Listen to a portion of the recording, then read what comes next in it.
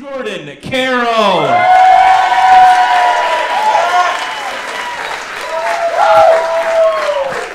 Hey, keep it going for the other comics.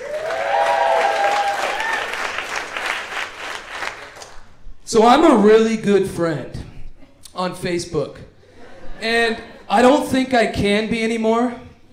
I'm one of those people that post funny comments and pictures on your wall for your birthday. And how the fuck did we know anyone's birthday before Facebook?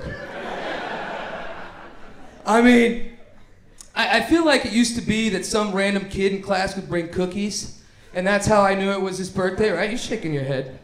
But, you know, now I get a notification on my phone at some point during the day, and I gotta stop everything I'm doing.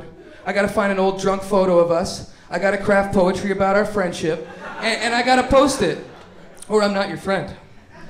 And that's become a very arduous process. It's too much. It's too much. So much so that I've had to call into work and take time off. So I call my boss, hey Mike, yeah, I can't come in today. No, not sick. It's Joey's 28th. I thought that one was gonna land a little better. The conversation does keep going. It's Joey's 28th. No, this time it's gonna be a collage. Yeah, since kindergarten. Okay. So, and I really want to stop it just because I can't keep up with all the birthdays. It's just too much, man. It's too much. But I don't want to hurt anybody's feelings at the same time.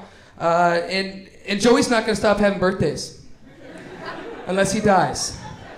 And then he's going to expect me to post on the memorial page, or he's going to fuck with me in the afterlife, teabag my coffee with his ghost balls.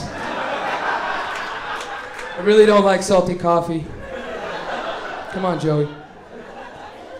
So I feel like I'm in this cycle for the next 30 years. I could see myself like posting on the internet for people's birthdays. It's like a social mortgage with friendships that are probably going to foreclose anyway. So I know there's some real estate people here somewhere. You might appreciate that one. Guys, we have way too many fucking handshakes these days. Way too. Ladies in the crowd, do you guys have like? Do you women have like different handshakes? Thank you. Resounding no. What are we doing, guys? We're making it awkward. I rarely see women struggle to like successfully greet each other, and guys just all over the place. Just all over the place. The way I feel about handshakes is how Jeff Spicer feels about going up to a press conference. Anxious and unsure if I'm gonna have to make something up. I love that one. So my process, if I'm going up to you, sir, and you know, we're gonna have a handshake for whatever reason. You know, looking at him, I'm trying to predict what he's gonna come with, right? And that in itself is like trying to guess what's not gonna give me diarrhea at the kebab truck. It's not gonna happen. So once I finally committed, right, I've got a decision. Usually there's a different decision in his head. He's coming with something different. There's this weird thing going on where we both feel it. It's like, I feel like I'm at a rave. I'm trying to give him some sort of light show. He's trying to hand me a sweaty fish. We're both on drugs. We don't know what's going on.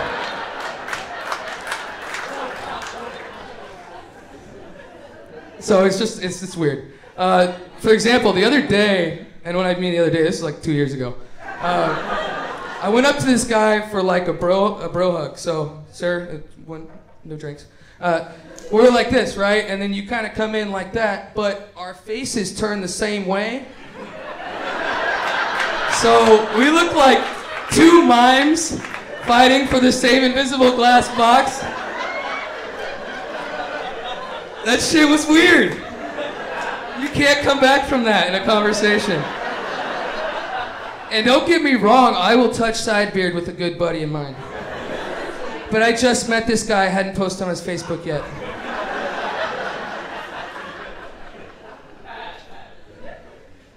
It's going well. Thank you. I have something called hyperhidrosis. Many of you unsure if you're supposed to laugh at that. People in the front, oh, should we have sat so close? I'm not contagious. I'm not dying. Just means I sweat a lot. Anybody with hyperhidrosis knows that. I sweat like Kim Jong-un at a North Korean missile launch. I sweat like Jared Fogle at a pizza party. It's gonna get worse. I sweat like a United passenger on an overbooked flight.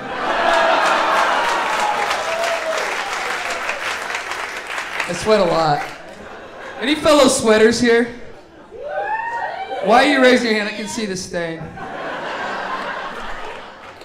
All right, it's hard to see up here. Who's back here? You're sweating. We got a sweater right over here. Sir, do you use antiperspirant or deodorant? Yes.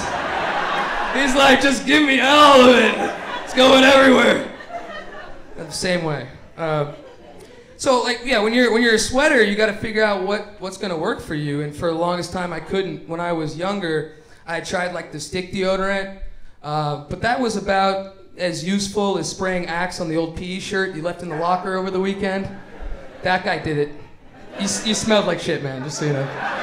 So did I.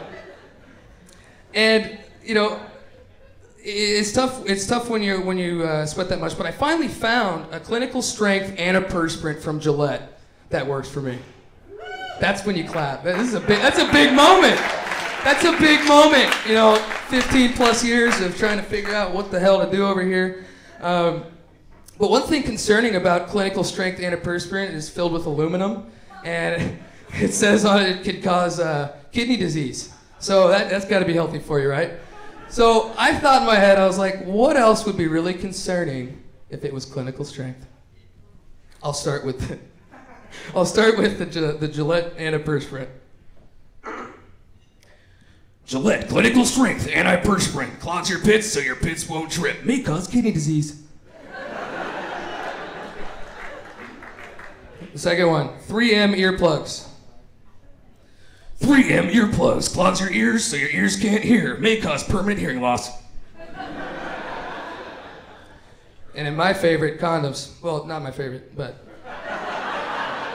no one's favorite. It's my favorite joke.